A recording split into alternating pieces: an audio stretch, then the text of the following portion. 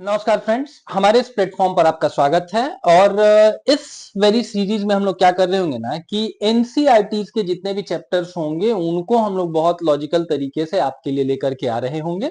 अक्सर छात्रों को कॉम्पिटिटिव एग्जाम्स में इस एक चीज की समस्या होती है कि भाई कौन सी एनसीईआरटी हमको पढ़ना चाहिए, और ये समस्या इतिहास के संदर्भ में तो और भी ज्यादा हो जाती है, बिकॉज कुछ नई वाली एनसीईआरटीज हैं, कुछ पुरानी वाली एनसीईआरटीज हैं, और कुछ तो इस साल भी लेटेस्ट चेंजेस किए गए हैं एनसीईआरटीज में। बहुत सारी अनावश्यक चीजों को हटाया गया है, and that is such a good move to have. बड़ा अच्छा किया सरकार ने। बट ये भी आपको जानना चाहिए कि जो कुछ चीजें हटा दी गई हैं उन सारी चीजों से भी कॉम्पिटिटिव एग्जाम्स में क्वेश्चन पूछे जाते रहे हैं। And this is the exact reason कि जो नई एनसीईआरटी जिनका चयन हम लोग आपको पढ़ाने के लिए कर रहे हैं वो इस साल की एनसीईआरटी नहीं है, बल्कि इससे एक पहले वाली एनसीईआरटी है। उनको भी हम नई एनसीईआरटी ही कहेंगे, राइट। और this is the exact reason कि उसके बहुत सारे इंपॉर्टेंट फैक्ट हैं जो अब हटा दिए गए हैं, बट वो भी कॉम्पिटिटिव एग्जाम से आपके लिए बड़े इंपॉर्टेंट रहे हैं। And this is the exact reason कि इसी वाली एनसीईआरटी का चयन हम लोगों ने किया है।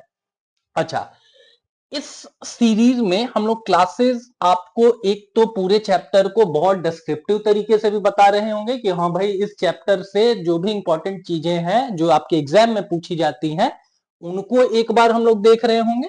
ये फालतू सी चीजें हम लोग नहीं देख रहे होंगे कि भाई रसीदा का सवाल कैसे पता लगाएं। जो भी चीजें आपके एग्जामिनेशन पॉइंट ऑफ व्यू से इंपॉर्टेंट है, अगर उस पर आधा घंटा भी बात करने की जरूरत होगी तो हम लोग आधा घंटा बात करेंगे। और अगर उससे कोई क्वेश्चन नहीं आते हैं तो भाई उस चीज को हम लोग आपके लिए नहीं लेकर के आएंगे, ठीक है।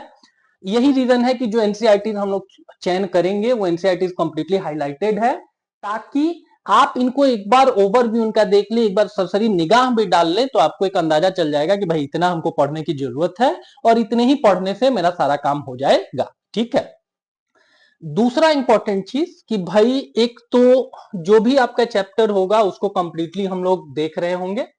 दूसरा चीज कि उसी चैप्टर का एक ब्रीफ ओवरव्यू भी, ठीक है, 5-10 मिनट में उसको संक्षिप्त करके कि भाई बहुत से देखिए हर लड़के का इंटेलेक्चुअल लेवल अलग होता है। लेट से कि आप कॉम्पिटिटिव एग्जाम की तैयारी कर रहे हैं और 1-2 मार्क्स से आपका चयन रुक रहा है एक पिछले 2-3 एग्जामों में, तो क्यों आप पूरा आधा घंटा का वीडियो देख रहे होंगे। एक आप ब्रीफली एक संक्षिप्त तरीके से ओवरव्यू देख लीजिए, बस उतना ही ओवरव्यू आपके लिए सफिशियंट होगा। And this is the exact reason कि भाई उसी चैप्टर का हम लोग ब्रीफ ओवरव्यू भी आपके लिए लेकर के आएंगे, ठीक है। तीसरा बात कर लेते हैं कि इसी एक चैप्टर से रिलेटेड जितने भी इंपॉर्टेंट एमसीक्यूज हुए उन एमसीक्यूज को भी हम ही करा रहे होंगे, और उसी एमसीक्यूज के क्रम में हम लोग देख रहे होंगे कि भाई कहां कहां पर छात्र गलतियां करते हैं, और उन गलतियों से अगर आपको बचना है तो आपकी राइट कोर्स ऑफ स्ट्रेटजी क्या होनी चाहिए, आपकी रणनीति क्या होनी चाहिए। कॉम्पिटिटिव एग्जाम्स वाले क्या करते हैं, छोटे छोटे शब्दों में आपको फंसा देते हैं, एक शब्द हेयर एंड देयर उसको हम क्लोजली देखते नहीं है, समझते नहीं एग्जामिनेशन हॉल में। ऑब्वियस सी बात है कि वहां पर बड़ा पीयर प्रेशर भी होता है, बच्चे दबाव में होते हैं, और जब एग्जाम में वो एक्चुअली में चीजों को परफॉर्म कर रहे होते हैं, जब एमसीक्यूज लगा रहे होते हैं, तो उनको लगता है कि हाँ भाई ये तो मेरा क्वेश्चन सही है, बट रूम पर आते हैं तो देखते हैं कि एक छोटे से सिली मिस्टेक के कारण 1, 2, 4, 5 मेरे सवाल गलत हो गए। हम सारे लोग ह्यूमन बीइंग्स हैं तो भाई गलतियां हम लोग करेंगे, ईश्वर के अतिरिक्त और कोई नहीं है जो गलतियां नहीं करे। लेकिन जितना ही हम अपनी गलतियों को मिनिमाइज करेंगे उतना ही हमारे सिलेक्शन के चांसेस बढ़ रहे होंगे। And this is the exact reason कि एक बार पूरे चैप्टर को हम लोग आधे 40 मिनट में देख रहे होंगे। दूसरा उसका एक ओवरव्यू छोटा सा हम लोग ले रहे होंगे 5 से 6 मिनट में। अगर आप पिछले 1-2 सालों से तैयारी कर रहे हैं तो यकीन मानिए, भले आपका रिजल्ट अभी तक नहीं हुआ है बट आपको बहुत सारी चीजें आती हैं, तो आप 40 मिनट का वीडियो मत देखिए, अब बस 5 मिनट का वो ओवरव्यू वाला वीडियो देख लीजिए और एमसीक्यू वाले सेशन को एक बार अटेंड कर लीजिए, ठीक है। तो पहला जो चैप्टर हम लोग देख रहे हैं इस सीरीज के अंतर्गत वो 6th क्लास की एनसीईआरटी है, और उसका भी ये पहला वाला चैप्टर है जिसमें लिख रखा है क्या, कब, कहां और कैसे। एक और चीज जिससे बच्चे अक्सर परेशान रहते हैं, खासतौर से नई वाली एनसीईआरटी हिस्ट्री के संदर्भ में ये चीज सत्य है कि भाई इन लोगों ने कोई बहुत अच्छी क्रोनोलॉजी मेंटेन नहीं की हुई है। क्रोनोलॉजी कहने का मतलब ये हुआ कि भाई अगर हम आपको कहें कि पांडव जो हैं उन्होंने महाभारत के युद्ध में पार्टिसिपेट किया, उन्होंने युद्ध लड़ा, फिर उसके बाद उन्होंने जुआ खेला और फिर उनका जन्म हुआ, तो आप कहेंगे कि भाई कैसे पागल आदमी है।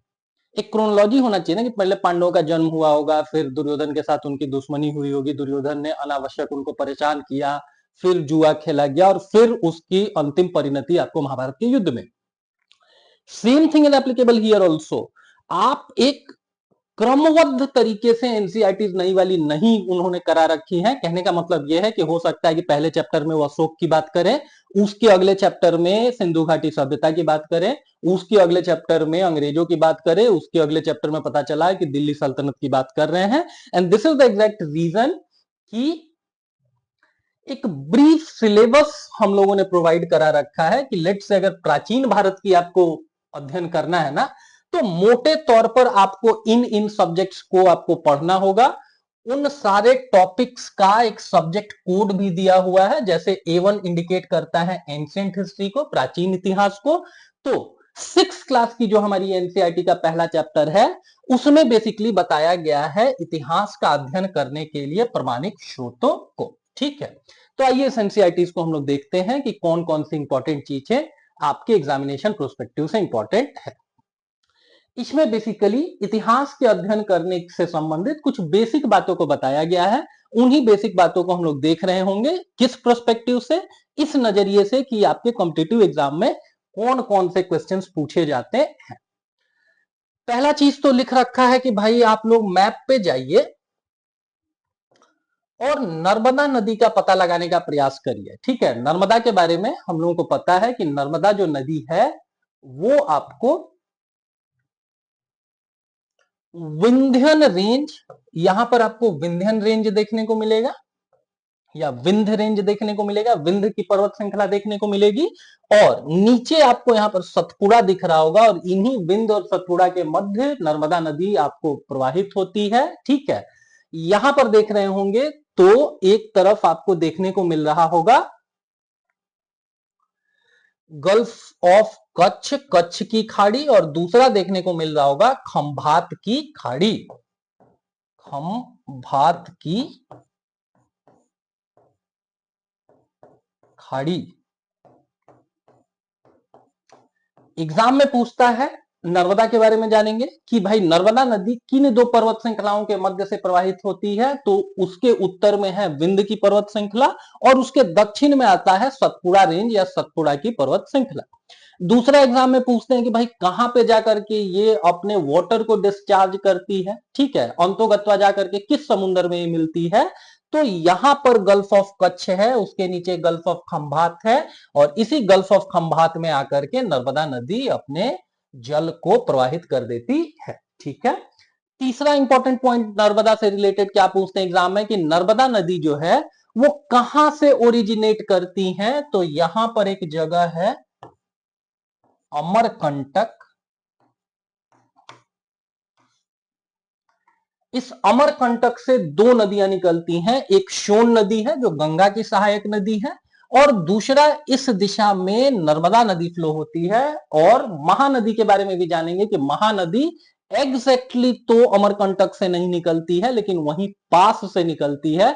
तो अगर तीसरे नदी का भी मोस्टली एग्जैक्टली अमरकंटक से निकलने वाली दो ही नदियां हैं, या तो नर्मदा या तो सोन, और तीसरी नदी अगर तीसरा भी आपसे पूछे, हालांकि वो एग्जैक्टली अमरकंटक से नहीं निकलती है, तो तीसरी नदी आपको है कौन सी, तो तीसरी नदी है महानदी, जो कि उड़ीसा की प्रमुख नदी है। ठीक है, अब आते हैं इस एनसीईआरटी में क्या लिख रखा है उसको देखते हैं। नर्मदा नदी के बारे में बताया गया है कि भाई कई लाख वर्ष पहले से लोग यहां रह रहे हैं।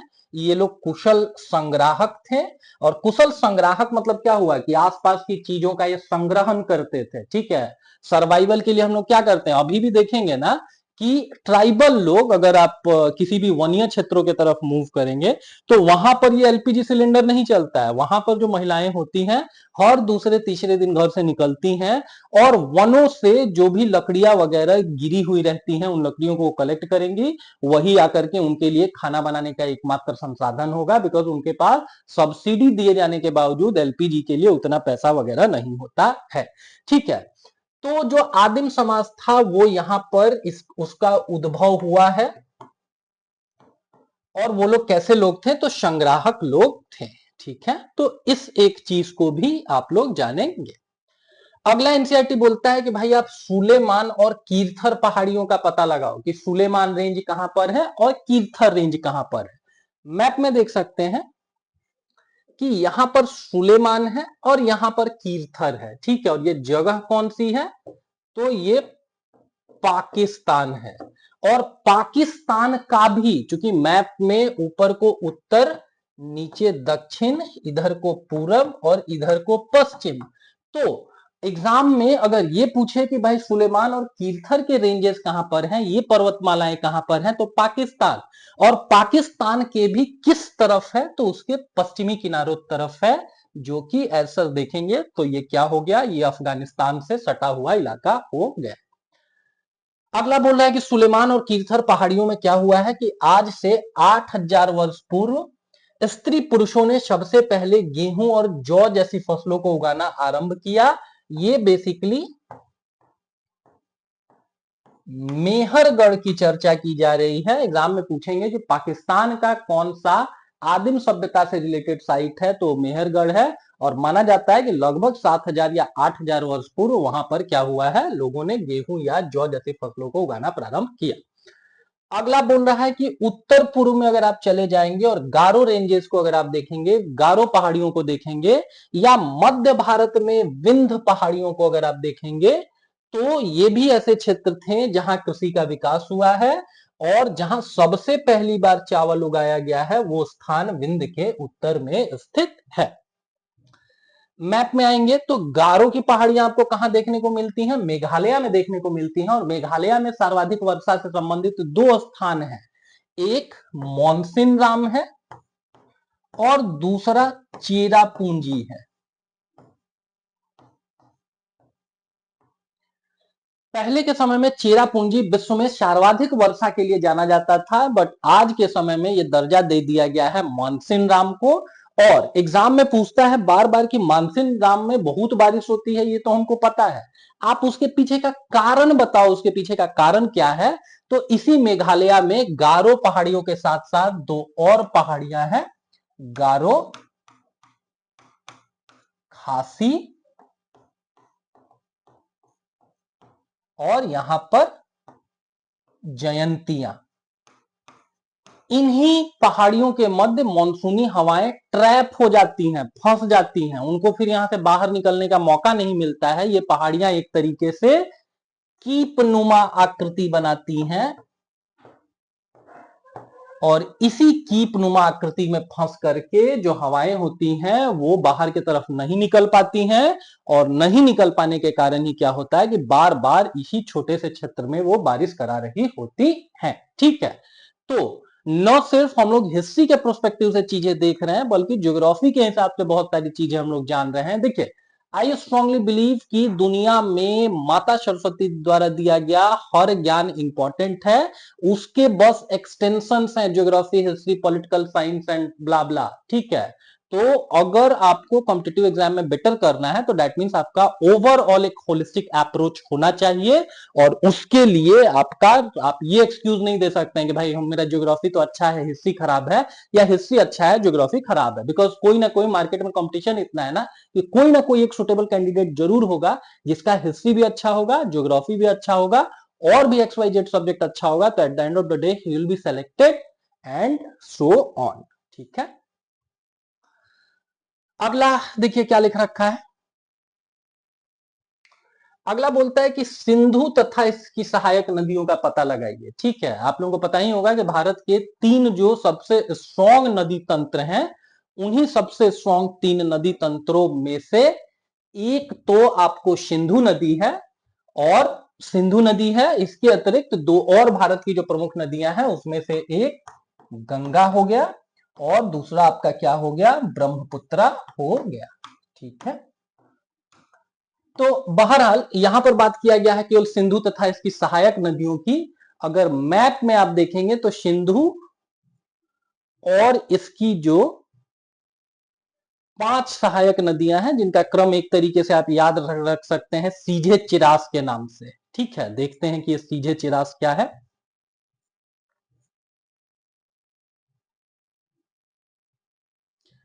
देखिए, अगर आपसे पूछे कि उत्तर से दक्षिण आपको इन नदियों के क्रम को अरेंज करिए, एग्जाम में बार बार पूछते हैं, तो वो क्रम याद रखेंगे हमेशा। वो क्रम क्या है? वो क्रम है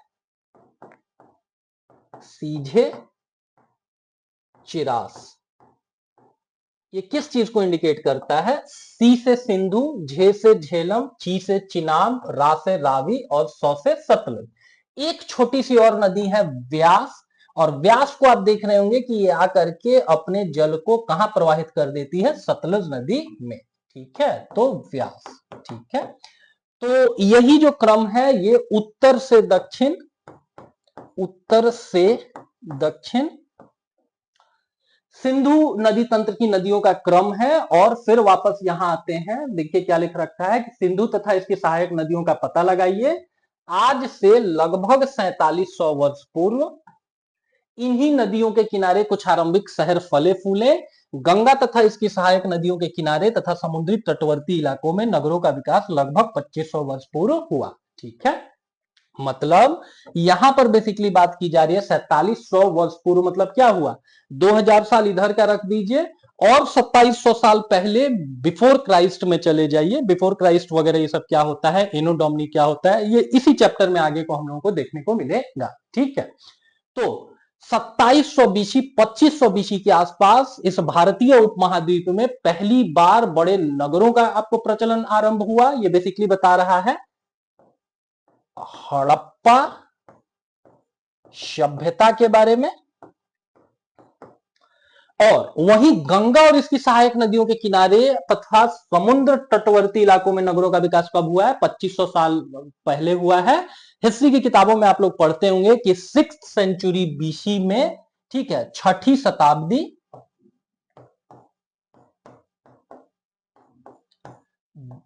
बीसी में आपको क्या हुआ है कि भाई आपको महाजनपदों का उदय हुआ है। वही बता रहा है कि अगर एग्जाम में पूछे कि यहां पर इनमें से किस नदी तंत्र में पहली बार बड़े शहरों का विकास हुआ है, तो सिंधु नदी घाटी तंत्र है, न कि गंगा। ठीक है, हो सकता है कि भारत के लिए गंगा नदी, हो सकता है क्या है, सबसे इंपॉर्टेंट गंगा नदी ही है। इसके ऊपर माना जाता है कि एक तरीके से नॉर्थ इंडिया के 50 करोड़ लोगों की लाइफ लाइन क्या है? माता गंगा है।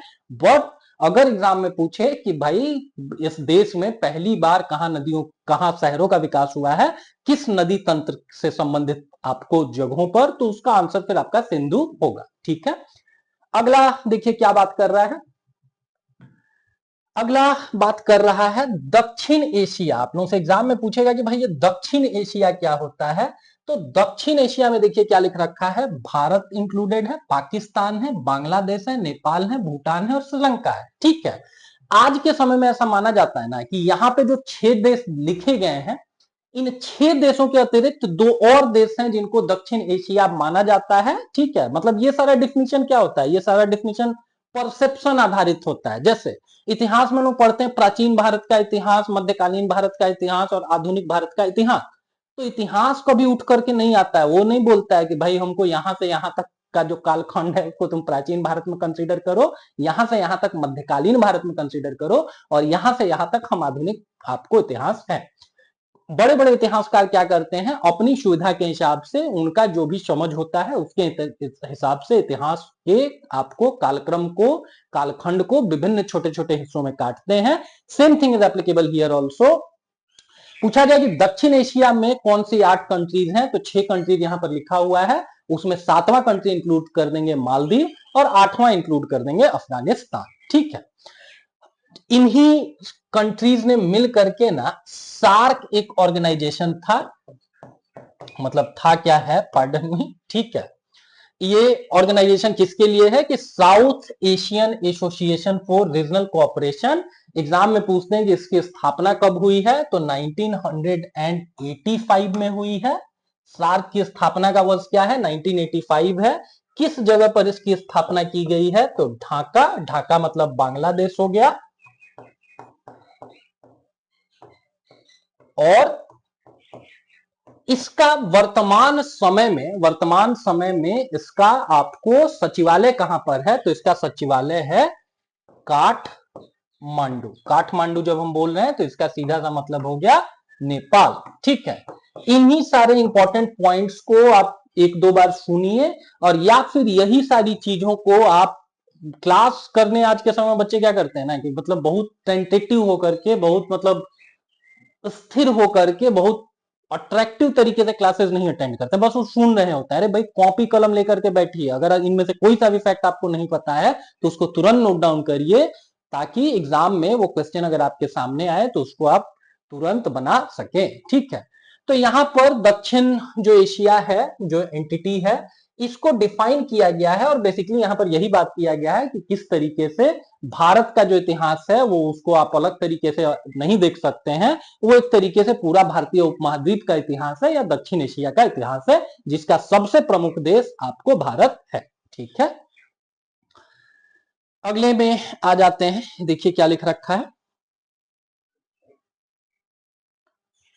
अगला लिख रखा है कि अपने देश के लिए हम लोग कौन से दो शब्द इस्तेमाल में लाते हैं, हमारे कॉन्स्टिट्यूशन में कौन से दो वर्ड्स इंक्लूड किए गए हैं, इंडिया दैट इज भारत। ठीक है, तो इस नाम की कहानी जानते हैं कि ये नाम कहां से इवॉल्व किया है। ठीक है, इंडिया शब्द निकला हुआ है इंडस शब्द से, जिसको संस्कृत में हम लोग क्या कहते हैं, सिंधु कहते हैं।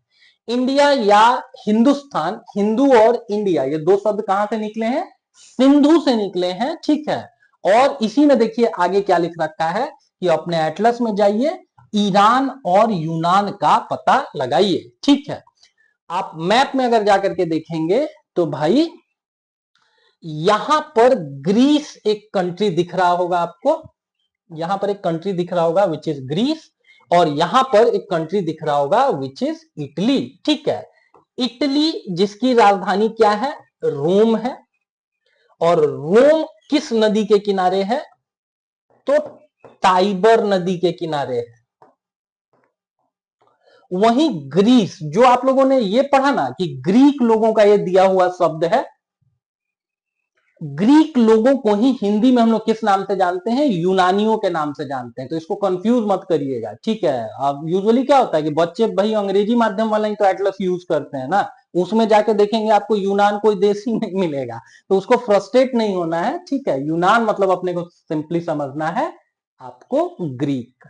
ठीक है, तो एक तो रोमन सभ्यता रही हुई है, एक तो रोमन सभ्यता रही हुई है, और रोमन सभ्यता के बारे में ऐसा माना जाता है कि लगभग 800 बीसी पे ये सभ्यता डेवलप होना शुरू होती है, लेकिन इससे भी पुरानी सभ्यता रही हुई है यूनान की या ग्रीस वालों की। ठीक है, इसकी राजधानी क्या है, ग्रीस की राजधानी है एथेंस, और ये सिविलाइजेशन लगभग 1600 साल बीसी से इसका उद्भव स्टार्ट होता है। ठीक है, याद रखना भी आसान है एकदम, मतलब 1600 और 800। ठीक है, मल्टीपल्स में नंबर है, तो एग्जाम में पूछे कि भाई ग्रीक लोगों की सिविलाइजेशन ज्यादा पुरानी है या यूनानियों की सिविलाइजेशन ज्यादा पुरानी है, तो इस चीज को हमेशा याद रखेंगे कि भाई रोमन सिविलाइजेशन अपेक्षाकृत नहीं है, और ग्रीक सिविलाइजेशन जो थी और भी पुरानी थी। ठीक है, अब आते हैं, देखते हैं इस एनसीईआरटी में क्या लिखा हुआ है। ईरान और यूनान के लोग, ठीक है, ईरान तो आप लोगों को पता ही होगा कि भाई भारत, भारत के बाद पाकिस्तान चले जाइए, पाकिस्तान के बाद आपको ईरान प्रारंभ हो जाता है। उधर को दो कंट्रीज हैं, एक है आपको अफगानिस्तान, दूसरा ईरान। ठीक है, तो जब भी आप लोग सिंधु घाटी सभ्यता को पढ़ेंगे ना, आपको पता चलेगा कि वहीं पर मेसोपोटामिया की सभ्यता थी, और उन लोगों के साथ हमारे व्यापारिक संबंध थे, इंडस वैली सिविलाइजेशन के लोगों के, सिंधु घाटी सभ्यता के लोगों के, हड़प्पा सभ्यता के लोगों के। तो वो लोग चूंकि कुछ शब्द वो लोग प्रोनाउंसिएट नहीं कर पाते थे बहुत प्रॉपर तरीके से, and this is the exact reason कि यहां के जो लोग थे, ईरान के लोग और यूनानी लोग, उन्होंने सिंधु को क्या कहा, हिंदोस कहा अथवा इंडोस कहा, और इसी नदी के पूर्व में स्थित भूमि प्रदेश को इंडिया कहा। कहीं पे भी हम लोग बिजनेस के लिए जानते हैं, घूमने के लिए जाते हैं ना, तो हम लोग अपने रिलेटिव्स को बताते हैं कि भाई हम उस अमुक उस फलाना जगह पर घूमने के लिए गए हुए थे, राजगीर गए हुए थे, ठीक है, या पटना गए हुए थे, या whatever X Y Z that place could be. तो ईरान और यूनान के लोग कैसे इंट्रोड्यूस करते थे भाई? जब भारतीय व्यापारी पहुंचते थे वो बोलते थे कि ये कहां से आए हैं, सिंधु नदी को बोलते थे हिंदोस या इंडोस, और ये भी जान रहे होंगे कि भाई यहां पर इस नदी के बाद जो लोग रहते थे, इस नदी के पूर्व में जो लोग रहते थे, उसी को लोग किस नाम से बुलाते थे? इंडिया नाम से बुलाते थे। एक और चीज जान रहे होंगे, बहुत इंटरेस्टिंग सा है, आज के समय में ईरान में बहुत सारे डिस्टर्बेंसेस भी चल रहे हैं, वहां पर एक तरीके से अपने जनतांत्रिक अधिकारों को लेकर के जनता सड़कों पर उतर रखी है। एग्जाम में पूछे कि किस देश के नाम का शाब्दिक अर्थ ही होता है आर्यन लोगों का देश, आर्यन लोगों का देश। तो इस चीज को जान रहे होंगे कि भाई ईरान जो शब्द है ये फारसी भाषा के एक शब्द से इसकी उत्पत्ति हुई है, और ईरान का शाब्दिक अर्थ ही होता है आर्यन लोगों का देश। आप लोगों को पता है कि सेंट्रल एशिया से ही माना जाता है कि भाई जो आर्यंस लोग हैं वो भारत के तरफ आए। यहां पर आप ईरान देख सकते हैं, यहां पर अफगानिस्तान, फिर पाकिस्तान, फिर इंडिया। तो अगर इधर कहीं से आ रखे होंगे आर्यन लोग, तो ऑब्वियस सी बात है, अनलेस अनटिल आप समुद्री मार्ग को यूज नहीं करेंगे, भारत आने के क्रम में आप ईरान आएंगे, अफगानिस्तान आएंगे, पाकिस्तान आएंगे, तब इस सिंधु घाटी के क्षेत्र में आपका प्रवेश होगा। और इस पूरे कारवां में बहुत सारे लोग ईरान वगैरह में भी सेटल्ड हुए, और वहां पर इस्लामिक क्रांति प्रारंभ होने के पूर्व बड़ी संख्या में आर्यन लोग रहते थे। And this is the exact reason कि फारसी भाषा में जो आपको ईरान शब्द है, ईरान और आर्यन देखिए ना कितना मिलता जुलता शब्द है, तो इस शब्द का मतलब ही होता है कि आर्यन लोगों की भूमि। अगले में आइए देखिए क्या लिख रखा है।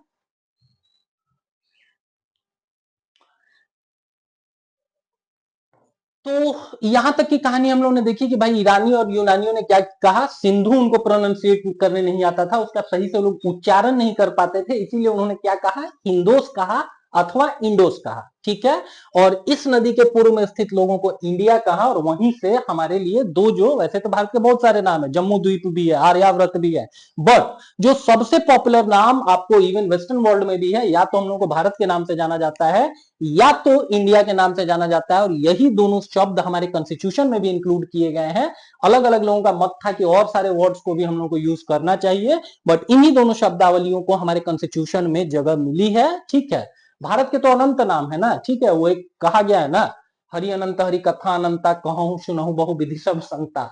भगवान अनंत हैं और भगवान की कथाएं अनंत हैं, जिसको कि साधु जन जो अच्छे लोग होते हैं बहुत अलग अलग तरीके से कहते हैं।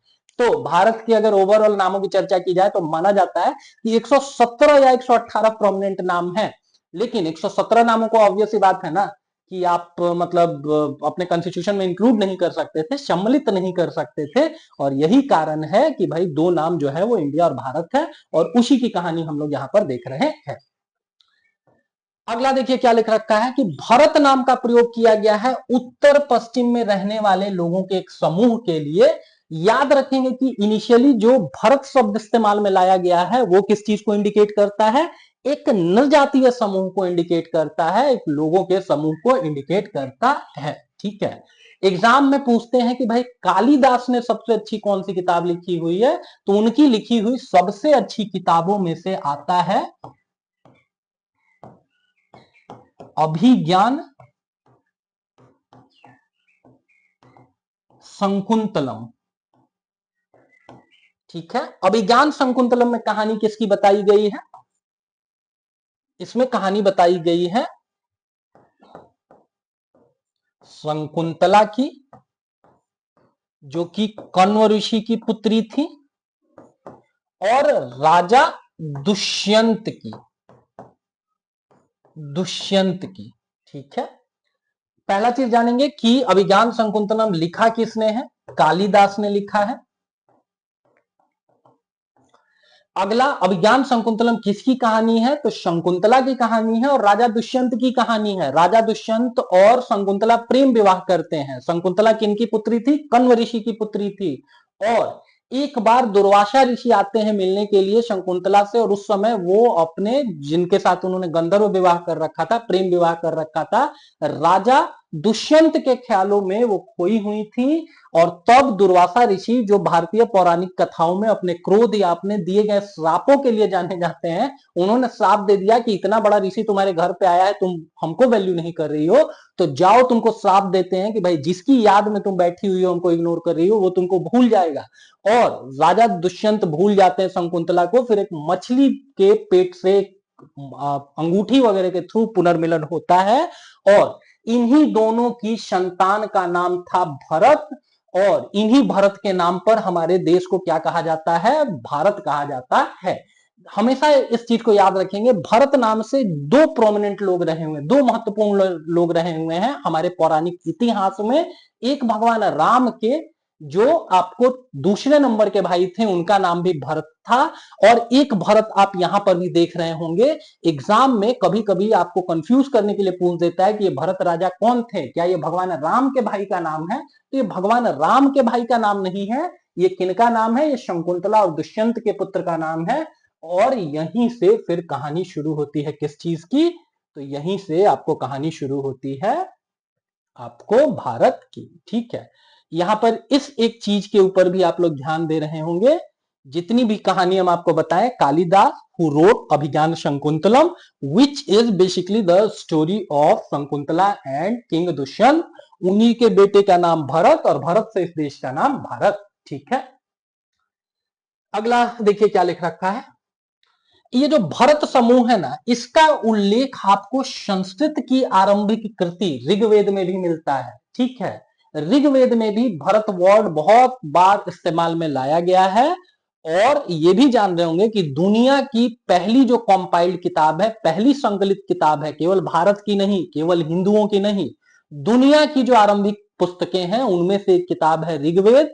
और इसी ईरान में एक किताब लिखी गई है जेंद अवेस्ता।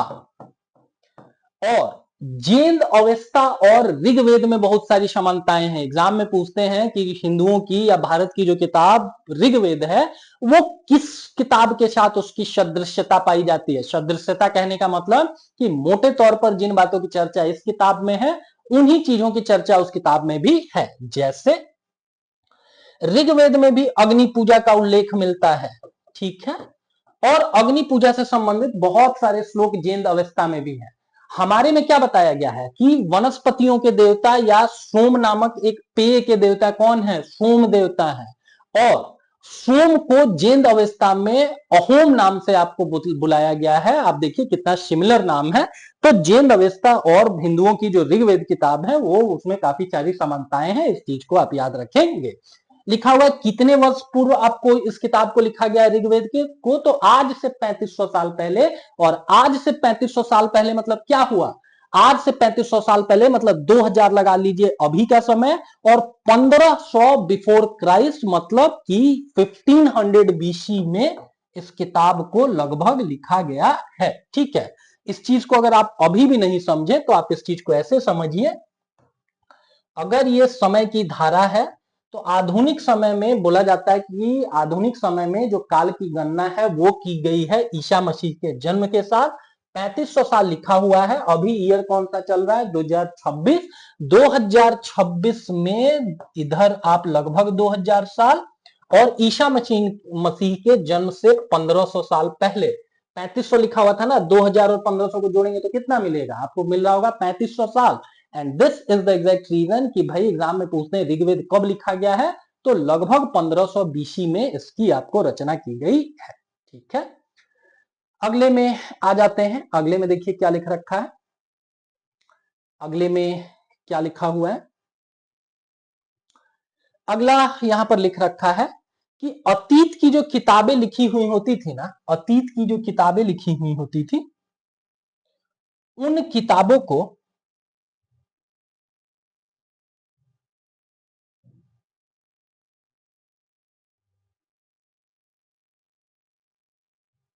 उन किताबों को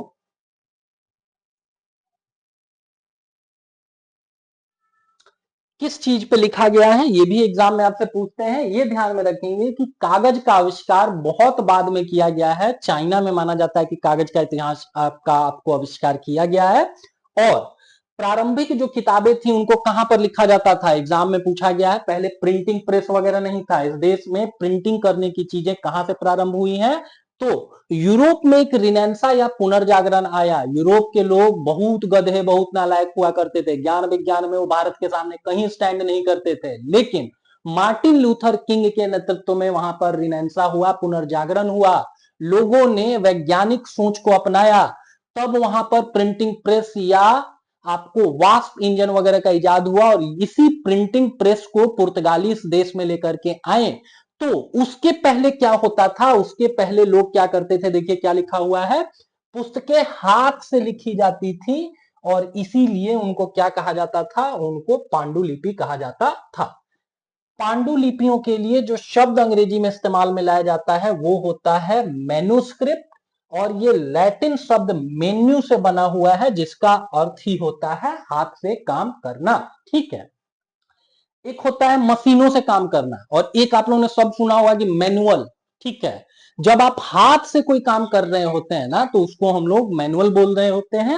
and this is the exact reason कि इसके पीछे जो शब्द है वो लैटिन शब्द मेन्यू है, मेन्यू से मेन्यूस्क्रिप्ट बना, और मेन्यूस्क्रिप्ट को हिंदी में हम लोग पांडुलिपि बोलते हैं। मतलब ऐसी किताबें जिनको लिखने के लिए किस चीज को यूज किया गया है, तो इनको लिखने के लिए यूज किया गया है हाथों का, कोई प्रिंटिंग प्रेस वगैरह इस्तेमाल में नहीं लाई गई है।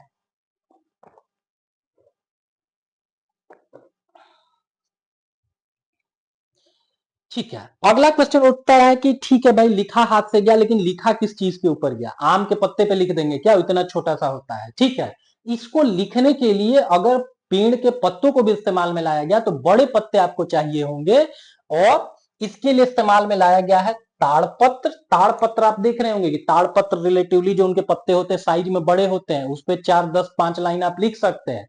आम के पत्ते पे लिखने जाएंगे ना तो भाई फिर उसको माइक्रोस्कोप से ढूंढना होगा कि आपने क्या लिखा है।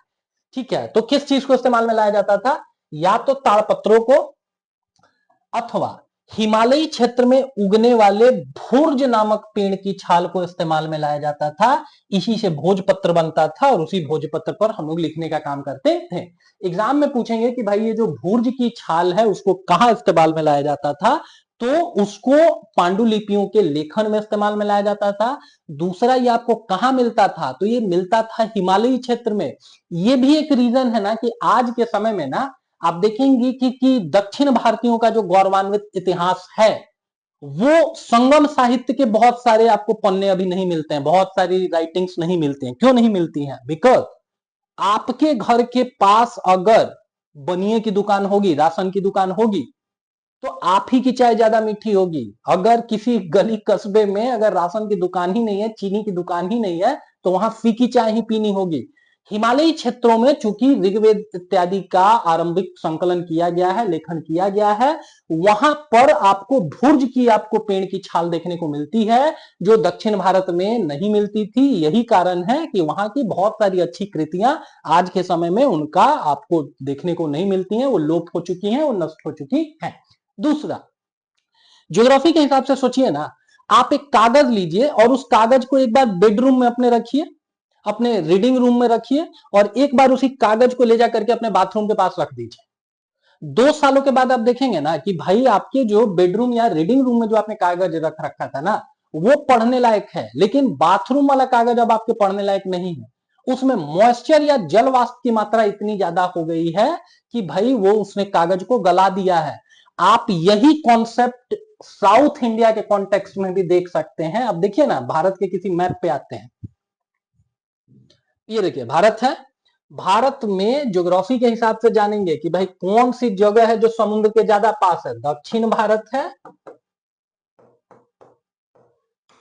या उत्तर भारत है, तो ऑब्वियस सा बात है दक्षिण भारत है। ठीक है, अगर दक्षिण भारत समुद्र के ज्यादा पास है, इसका मतलब वहां पर ज्यादा पानी, ज्यादा पानी मतलब वहां पर संघनन की प्रक्रिया ज्यादा, ठीक है, वेपराइज ज्यादा होगा, पानी ज्यादा वेपराइज होगा, दैट मीन्स कि जल वाष्प ज्यादा बनेगा। और जल वाष्प आपके बाथरूम में क्या है, क्यों उसने कागज को खराब कर दिया, बिकॉज वहां के इन्वायरमेंट में, वहां की सराउंडिंग में, वहां के पर्यावरण में आपको जल वाष्प की मात्रा देखने को ज्यादा मिलेगी। Same thing is applicable in south India also.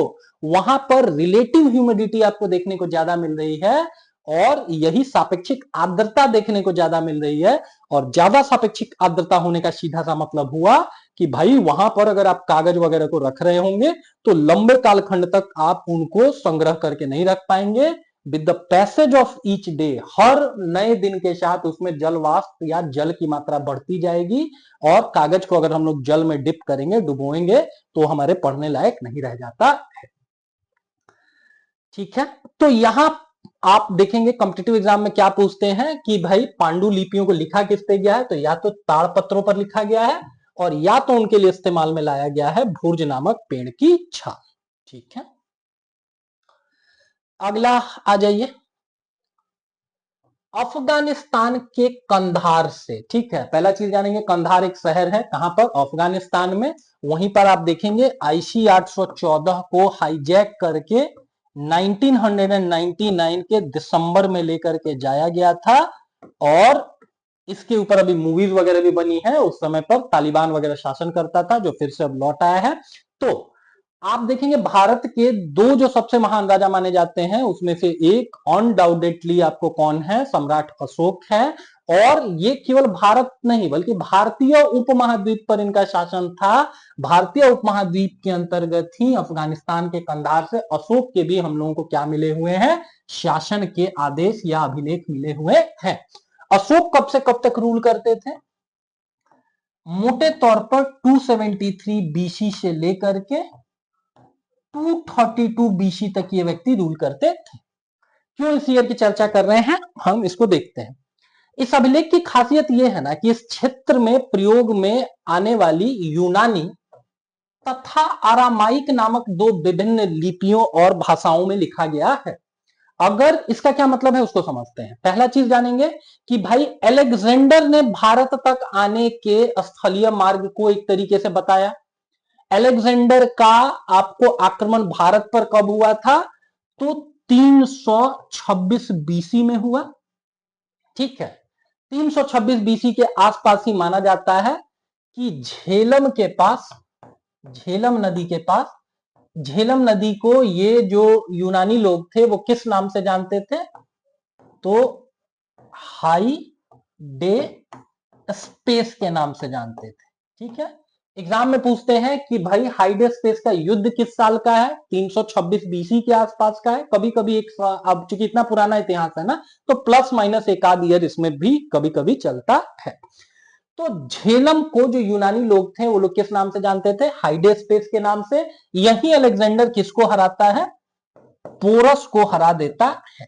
ठीक है, अब ये सारी राम कहानी हम आपको क्यों बता रहे हैं ये समझिएगा। ठीक है, पहला तो एग्जाम में पूछते हैं कि हाइडे स्पेस का युद्ध किन किन के मध्य, तो एक तरफ सिकंदर या अलेक्जेंडर था। ठीक है, नाम उसका अलेक्जेंडर था, भारतीय संदर्भों में उसको सिकंदर नाम से जाना जाता है।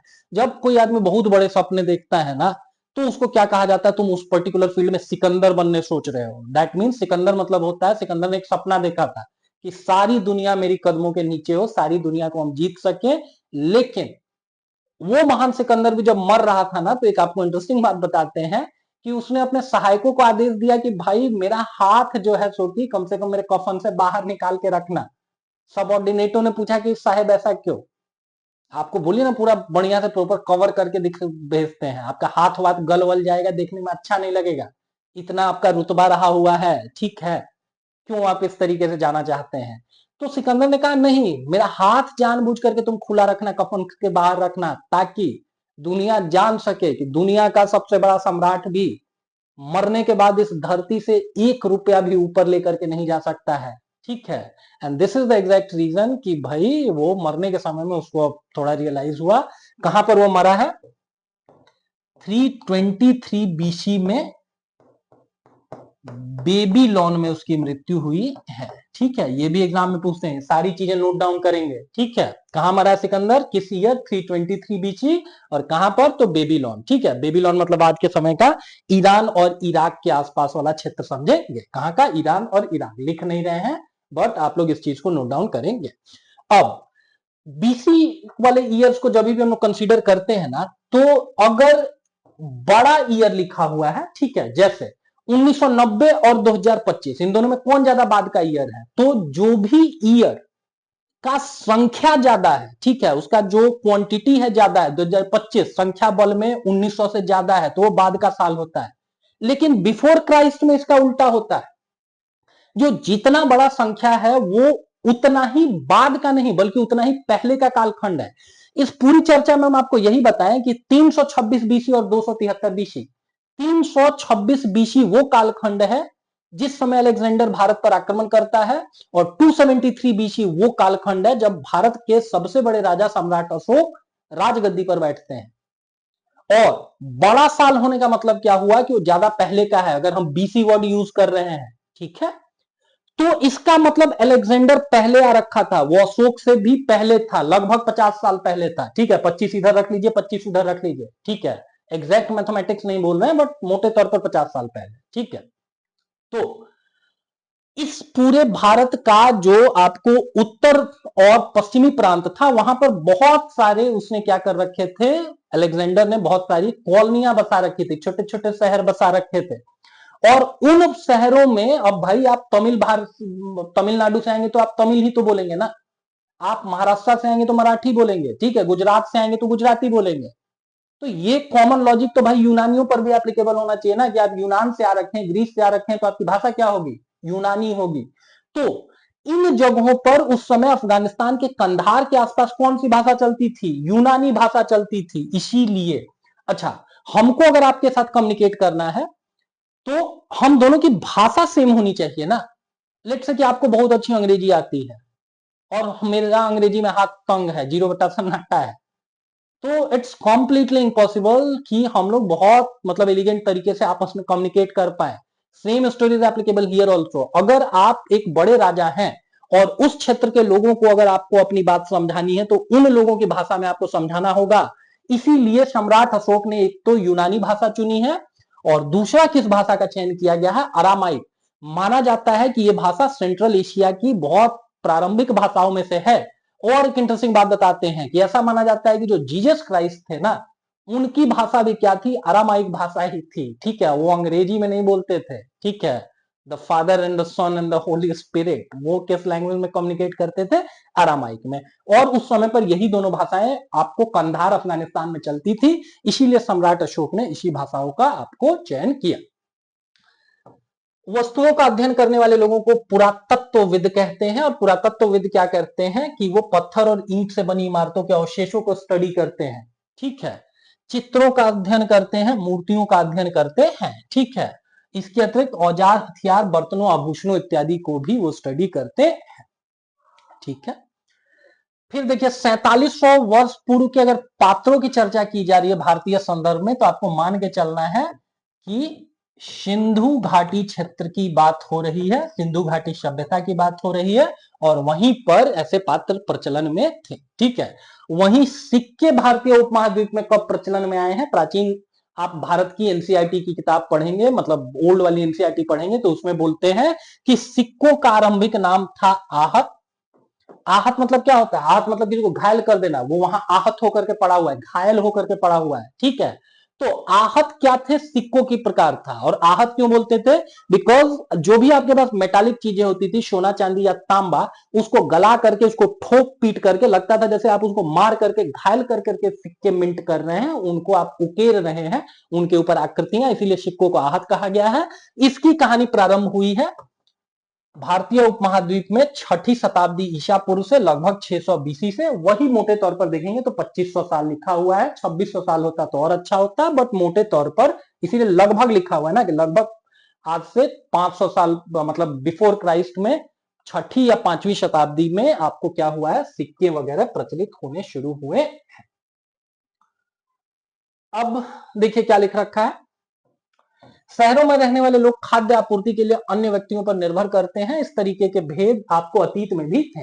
हड़प्पा घाटी सभ्यता जानी जाती है, सिंधु घाटी सभ्यता अपने आकर्षक नगर नियोजन के लिए। जिस तरीके से आज के समय में जो शहर होते हैं वो ग्रिड प्रणाली पर आधारित होते हैं, सड़कें एक दूसरे को आपको समकोण पर 90 डिग्री एंगल पर एक दूसरे को कट करती है, मोटे तौर पर सेम थिंग वाज एप्लीकेबल, वही यही तथ्य उस समय भी क्या होता था, सर्वथा सत्य था। And this is the exact reason कि भाई वहां पर शहरी सभ्यता थी, बट आप शहरी रहे या गांव में रहे, ठीक है, at the end of the day मानव का जो पहला 3 रिक्वायरमेंट है उसमें आता है रोटी, कपड़ा और मकान। और उसमें भी कपड़े के बिना शायद आप एक दिन सरवाइव करें, बहुत दिन सरवाइव कर जाएंगे। आप घर के बिना भी सरवाइव कर सकते हैं, लेकिन रोटी के बिना सरवाइव नहीं कर सकते हैं। तो अगर वो शहरी घाटी सभ्यता, आपको शहरी सभ्यता थी, तो दैट मीन्स उन लोगों को भी खाना दाना पानी लगता होगा। और उस खाद्य आपूर्ति की आपको सप्लाई कौन लोग करते थे, निकटवर्ती गांव में रहने वाले लोग ही सप्लाई करते थे। एक कॉमन सा चीज एग्जाम के हिसाब से इंपॉर्टेंट नहीं है, जो शासक वर्ग होता है ना, वो उस समय क्या करता था, अपनी विजयों का लेखा जोखा रखता था। यही कारण है कि हम उन शासकों और उनके द्वारा लड़ी जाने वाली लड़ाइयों के बारे में काफी कुछ जानते हैं, जबकि शिकारी, मछुआरे, संग्राहक, कृषक अथवा पशुपालक जैसे आम आदमी प्रायः अपने कार्यों का लेखा जोखा नहीं रख पाते हैं। ठीक है, सिंपली बोल रखा है कि जो बड़ा आदमी होता है ना, वो अपने मतलब हर चीज का पहले के समय में राजा महाराजा, आज के समय में बड़े बिजनेसमैन या बड़े नेता, उनका एक एक मिनट फिक्स होता है। हम अभी आपसे पूछे, आप मेरे से पूछे कि भाई आज से 2 साल पहले आप क्या कर रहे थे, आप 15 दिसंबर 2023 को क्या कर रहे थे, हम आप नहीं बता पाएंगे। लेकिन अगर यही बात भारतीय प्रधानमंत्री नरेंद्र भाई मोदी के बारे में बोला जाए, तो या किसी और बड़े नेता के बारे में बोला जाए, तो तुरंत उनके जो सचिव होंगे वो फाइल वाइल खोलेंगे, वो बताएंगे कि जो प्रधानमंत्री साहब है वो अमुक देश की यात्रा पर थे, या इस पर्टिकुलर भारतीय शहर में इस योजना का शिलान्यास कर रहे थे, इस मीटिंग वगैरह को अटेंड कर रहे थे। तो जो बड़े प्रभावशाली लोग होते हैं वो अपने मिनट मिनट का हिसाब रखते थे। ये न सिर्फ आज के समय में सत्य है, बल्कि उस समय भी, उस समय के प्रभुत्वशाली लोग कौन होते होंगे, उस समय के प्रभुत्वशाली लोग होते होंगे जो भी आपको जो शासक वर्ग है, वो क्या करता था कि जिस युद्ध में भी जीतता था या लड़ता था, उनका वो इतिहास वगैरह नोट डाउन कर लेता। अगले में देखिए क्या लिख रखा है, आधुनिक कालखंड में माना जाता है वर्ष की जो गणना की जाती है, समय की गणना की जाती है ईसाई धर्म प्रवर्तक ईसा मसीह के जन्म से। अंततः 2000 वर्ष या 2025 कहने का मतलब यह है कि 2025 साल हो चुके हैं मोटे तौर पर ईसा मसीह के, जीसस क्राइस्ट के जन्म के। ठीक है, और ईसा मसीह के जन्म के पूर्व के जो सभी तिथियां होती हैं, उसके लिए हम लोग शब्दावली इस्तेमाल में लाते हैं ईसा के जन्म से पहले। ठीक है, ईसा मसीह के जन्म से पहले। ठीक है, तो जैसे भारतीय उपमहाद्वीप में क्या चलता था, भारतीय उपमहाद्वीप में चलता था, हम लोगों का अपना क्या था, शक संवत था या विक्रम संवत था। ठीक है, अभी भी कुषाणों द्वारा बनाया गया जो शक संवत है, वो अभी भी भारत के आप गैजेट्स वगैरह में देख सकते हैं, उसमें जो तिथि लिखी होगी वो आधुनिक आपको इंग्लिश वाली आपको ईयर भी देखने को मिलेगा, और शक संवत आधारित भी ईयर वगैरह देखने को मिलेगा। ठीक है, तो ये जो अभी के समय का ये जो कालखंड दिखा रहा है कि भाई 2000 साल, बोलने का मतलब कि ईसा मसीह के 2000 साल हो गए, पहले चलता था एक रोमन लोगों का अपना कैलेंडर, उसी में एक बार संशोधन किया गया है 1582 में पोप ग्रेगरी द 13 के द्वारा। ठीक है, द 13 के द्वारा। एग्जाम में पूछेगा कि आज के समय जो कैलेंडर हम लोग यूज कर रहे हैं, इसका निर्माण किस ईयर किया गया है, तो 1582।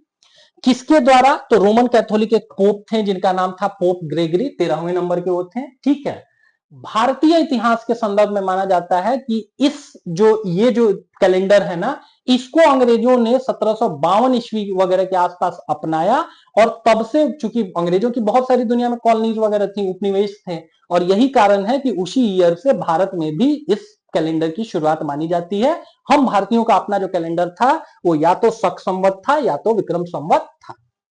ठीक है, अब आ जाते हैं, अक्सर हम लोग शब्दावलियां इतिहास की किताबों में देखते हैं एडी या बीसी। एडी मतलब होता है एनो डोमिनी। ठीक है, अगला एग्जाम में पूछेगा, पहला पूछेगा कि एडी का फुल फॉर्म क्या होता है, एनो डोमिनी होता है। दूसरा, ये किस भाषा का शब्द है, तो लैटिन भाषा का शब्द है, अंग्रेजी नहीं है। वहां पे आपको कंफ्यूज करने के लिए अंग्रेजी देगा। ठीक है, शिकारी आएगा, वो जाल बिछाएगा, फंसना मत, आपको लगेगा कि भाई सब अंग्रेजों के दिए हुए हैं, तो अंग्रेजों का दिया हुआ नहीं है, ये लैटिन भाषा का शब्द है, और लैटिन में एनो डोमिनी मतलब होता है ईसा मसीह के जन्म का वर्ष। एडी की जगह कभी कभी सीई वर्ड भी मिलता है, और सी मतलब होता है कॉमन एरा। कॉमन मतलब सामान्य और एरा मतलब कालखंड। ठीक है, ऐसा माना गया कि भाई जो ईसा मसीह का कालखंड था वो आम जनता सामान्य लोगों के लिए बेटर था, and this is the exact reason उसको क्या कहा गया, कॉमन एरा। एडी की जगह सी वर्ड इस्तेमाल में लाया गया है, और बीसी की जगह बीसीई वर्ड इस्तेमाल में लाया गया है। ठीक है, सी मतलब तो हम लोगों ने देख ही लिया कि कॉमन और एरा, और बीसीई मतलब होता है before common era. Before common era, अभी हम लोगों ने क्या बात किया कि जीसस क्राइस्ट का जो कालखंड है उसको माना जाता है सामान्य जनों के लिए बड़ा अच्छा समय था, तो उसके पहले का जो कालखंड था उसको कह देंगे बिफोर। ठीक है, और उसी के लिए शब्द इस्तेमाल में लाया गया है बीसीई। ठीक है, आज के समय में विश्व के अधिकांश देशों में अब क्रिश्चियन एरा का प्रयोग होता है, और ये भी मत भूलिए कि भारत का अपना क्या है, शक संवत है या विक्रम संवत है। ठीक है, अंग्रेजी के बीपी अक्षरों का प्रयोग भी कभी कभी होता है, और बीपी मतलब होता है बिफोर प्रेजेंट। ठीक है, तो इन सारी चीजों को ही इस चैप्टर में बताया गया है। लास्ट एक फैक्ट है इस चैप्टर में कि भाई अफ्रीका एक देश है, जिसमें अफ्रीकन एक देश है जिसका नाम है मिस्र। मिस्र के बड़े इन्फ्लुएंशियल राजा रानी हुआ करते थे, और उन राजा रानियों को वहां के जो शासक वर्ग होता था उसको क्या कहा जाता था, फराहो कहा जाता था। पूछे कि मिस्र का सबसे प्रमुख राजा कौन सा रहा हुआ है, एग्जाम में पूछते रहते हैं, तो तूतेन खामेन रहा हुआ है। मिस्र के लोग ही मरने के बाद अपने राजाओं को मम्मी वगैरह बना करके रखते थे। ठीक है, साथ में बहुत सारा सोना चांदी भौतिक उपभोग की वस्तुओं को भी वो लोग लेकर के वहां पर रखते थे। साथ साथ जिंदा दास और दासियों को भी दफन कर दिया जाता था। तो वही मिस्र के बारे में बोल रखा है कि वहां पर 5000 वर्ष पूर्व वहां पर बड़े इन्फ्लुएंशियल राजा रानी रहते थे। 5000 वर्ष पूर्व मतलब लगभग 3000 बीसी, और इन्हीं लोगों ने क्या बनाया है, पिरामिड बनाया है। ठीक है, पिरामिडों का संगठन का गठन किया गया है। अगला देखेंगे कि इन लोगों की जो लिपि थी, वहां राजा तथा रानियों के नाम एक छोटे से फ्रेम में कई बार दिखाए गए हैं, और इस छोटे फ्रेम को ही कारतूस कहा जाता है। तो ये आखिरी फैक्ट था इस चैप्टर से रिलेटेड जिसको हम लोगों ने देखा, और अब इसी चैप्टर का एक बार आप लोगों को हम ब्रीफ रिवीजन भी करा रहे होंगे, और इसी केवल चैप्टर से रिलेटेड 10 12 15, क्योंकि हर चैप्टर में अलग अलग चैप्टर का लेंथ अलग होता है, उसका इंपॉर्टेंस अलग होता है, तो 10 15 20 जितना जिस चैप्टर में अच्छे क्वेश्चंस होंगे उन क्वेश्चंस का भी प्रैक्टिस हम आपको करा रहे होंगे।